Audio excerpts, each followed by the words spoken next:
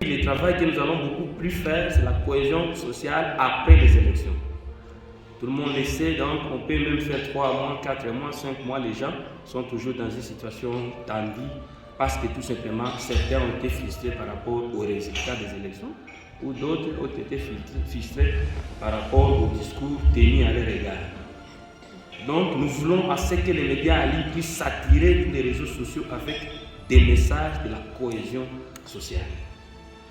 Et c'est là qui vont nous produire des bons articles réellement qui promeuvent la cohésion sociale et ils seront en train toujours de gagner de l'argent, un petit paquet que nous avons mis à leur disposition.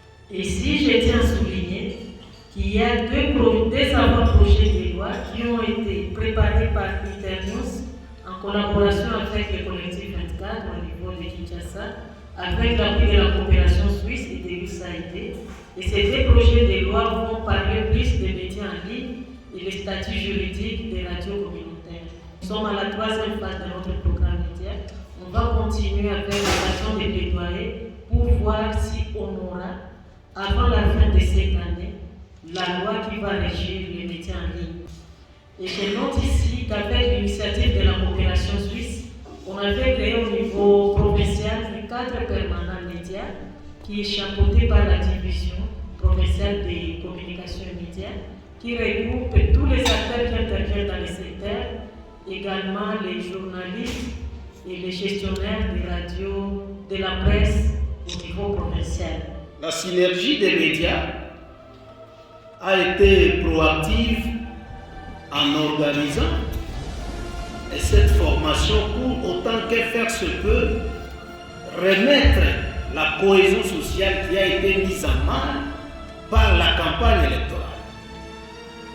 Il n'y a pas qu'en République démocratique du Congo, chers journalistes, il y a beaucoup de pays qui ont éclaté après une campagne électorale.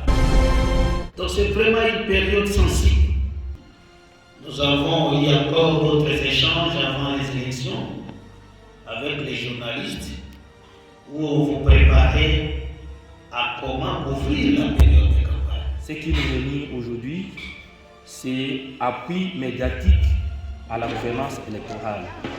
Avec ces volets, nous avons organisé plusieurs formations avec les médias traditionnels sur la collecte, les traitements des informations en synergie ou la couverture électorale en général.